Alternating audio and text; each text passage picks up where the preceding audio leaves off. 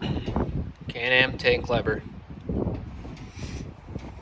This button can do whatever you want. I have it wired up to these halos. Turn this on. This light comes on.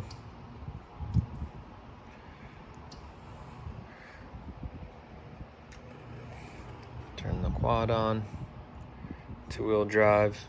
Shows two-wheel drive on there. Rotate the knob to four-wheel drive. Now you see the four-wheel drive just came on. We're in four-wheel drive here.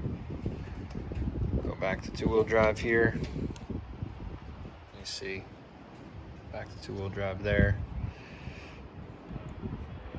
Back to four-wheel drive here.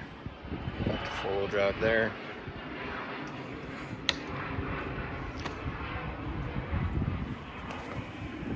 This is the actuator. It will be black with the Night logo on there. That is a sample from the machine shop. Working perfect. This is some of the wiring that comes down. Gotta clean this up.